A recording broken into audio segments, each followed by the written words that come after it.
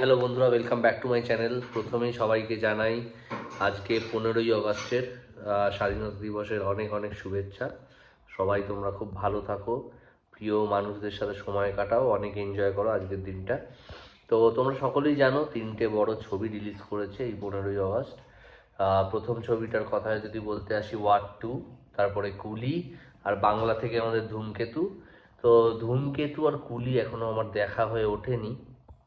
আজকে রাতে প্ল্যান আছে কুলি দেখার, কিন্তু আমি গতকাল ওয়ার 2 দেখেছি এবং এই ওয়ার 2 নিয়ে আজকে কথা হবে, ওয়ার 2 নিয়ে রিভিউ দেবো আর তোমাদের বলবো এই ছবিটা দেখা উচিত কিনা।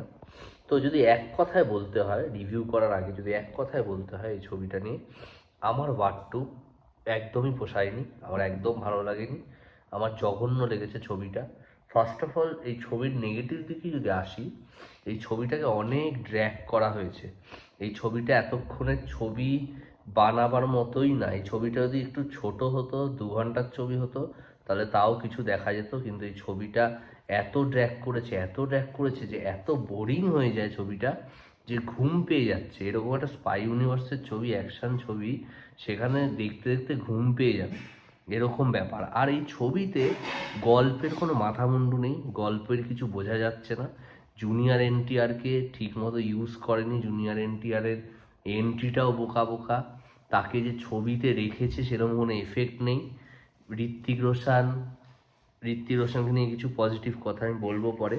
কিয়ারা আডবাণী, যে আমার মানে অত্যন্ত একজন ফেভারিট অ্যাক্ট্রেস, আমার কিয়ারার কাজ খুব ভালো লাগে। কিয়ারা আডবাণীকে এই ছবিতে আমার সব থেকে মানে উনি যতগুলো ছবি করেছে আগে, এই ছবিটা আমার সব থেকে উইকেস্ট লেগেছে অভিনয়ের দিক দিয়ে। প্রথমত স্পেসই পাইনি, প্রথম 10-15 মিনিট ছিল ছবিতে, তারপরে আর নেই।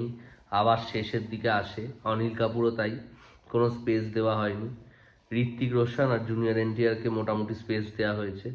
তো এখানে যদি পজিটিভ দিকে আসি, তাহলে ঋত্বিকের অভিনয় ভাল লেগেছে আমার, আর ঋত্বিকের লুকস, আর একটা দুটো অ্যাকশন সিকোয়েন্স, যেটা একটা ট্রেনের ওপর একটা অ্যাকশন সিকোয়েন্স আছে, ওটা ভালো। এই কটা জিনিস ছাড়া আর যদি নাচটার কথা বলি, নাচটাও ওকে ওকে, নাচটাও অত ভালো না। এর থেকে ওয়ার 1-এ যে টাইগার শ্রফ আর ঋত্বিকের নাচটা ছিল অনেক বেটার ছিল। তো এক মানে পজিটিভস খুবই কম আছে এই ছবিটার। তো আমি বলবো এই ছবিটা তোমরা অ্যাভয়েড করে যাও।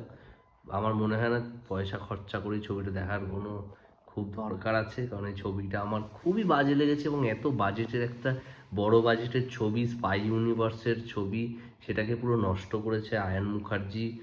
আমি ভেবেছিলাম যে অ্যাকশানটা পারবে না, সেটাই হয়েছে। কোনো অ্যাকশান সেট পিস মানে তোমাদের ভালো লাগবে না বা মনে দাগ কাটবে না, কোনো এফেক্টই করবে না। আর গল্প কিছু নেই, বিচ্ছিরি, এবং মানে কি হচ্ছে, কোথায় হচ্ছে, কোনো মাথা মুন্ডু নেই। এই বইটা হাইপে যতটা কামানোর কামিয়ে নেবে, নাহলে এই বইতে কিচ্ছু নেই, একদম বাজে ছবি।